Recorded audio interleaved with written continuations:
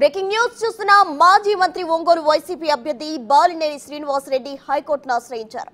తమ ఓటమిపై ధృవీకరణ కోసం రీవెరిఫికేషన్ కోసం అప్లై చేసుకున్న బాలినేని ఒంగోలు అసెంబ్లీ పరిధిలో 12 ఈవీఎంలలో రీవెరిఫికేషన్ జరుగుతుండగా రీకౌంటింగ్ కావాలని కోరుతున్నట్లు సమాచారం.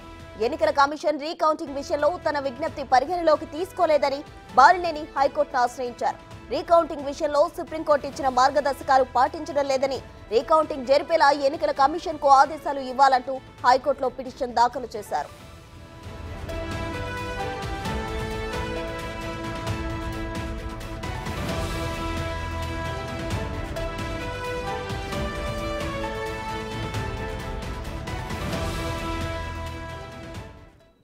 ఈవీఎంలలో ట్యాంపరింగ్ జరిగిందంటూ హైకోర్టు ఆశ్రయించారు.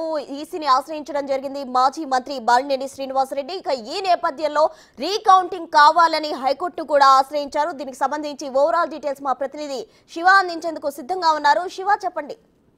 ప్రధాన మొత్తం మీద చూసుకుంటే కనుక ఏదైతే ఈవీఎం సంబంధించి ఒంగోలు అసెంబ్లీ పరిధిలో 12 ఈవీఎంలో రీవెరిఫికేషన్ రీకౌంటింగ్ కోరుతూ బాలినేని హైకోర్టులో పిటిషన్ దాఖలు చేశారు. ఎన్నికల కమిషనర్ రీకౌంటింగ్ విషయంలో తన విజ్ఞప్తిని పరిలో తీసుకోలేదని హైకోర్టులో బాలినేని పిటిషన్ వేశారు. ఈ పిటిషన్ కి సంబంధించి ఈ రోజు ఏపీ హైకోర్టులో కొద్దిసేపట్లోనే విచారణ రాబోతోంది. రీకౌంటింగ్ విషయంలో సుప్రీంకోర్టు ఇచ్చిన మార్గదర్శకాలను ఏపీ ప్రభుత్వం అలాగే ఎన్నికల కమిషన్ ఏమాత్రం కూడా పట్టించుకోవట్లేదు. ఖచ్చితంగా దీనిపై రీకౌంటింగ్ జరిపి ఎన్నికల కమిషన్ కి స్పష్టమైన ఆదేశాలు ఇవ్వాలని చెప్పి కూడా ఆయన హైకోర్టులో ఒక పిటిషన్ దాఖలు చేశారు. ఈ పిటిషన్ కి సంబంధించి కూడా మరికొద్ది సేపట్లో ఏపీ హైకోర్టులో విచారణ జరగబోతోంది. విచారణ జరిగిన తర్వాత దీనికి సంబంధించి రీకౌంటింగ్ అలాగే రీవెరిఫికేషన్ చేస్తారా లేదా అనేది ఉత్కంఠ కొనసాగుతోంది. మరొకవైపు బాలినేని శ్రీనివాస్ తరపు న్యాయవాదులు అయితే మాత్రం ఖచ్చితంగా ఒంగోలు అసెంబ్లీ నియోజకవర్గంలో 12 ఈవీఎంలకు సంబంధించి కూడా ఆ బూత్ లో ఉన్న ఓట్ల కంటే కూడా ఎక్కువ శాతం నమోదైనని చెప్పి ఈ పిటిషన్ లో పేర్కొన్నారు. సో ఈ పిటిషన్ ని ధర్మాసనం విచారించి ఏ రకమైన తీర్పు వెలువరుస్తుందనే ఉత్కంఠ అయితే కొనసాగుతా ఉంది. ప్రసూన.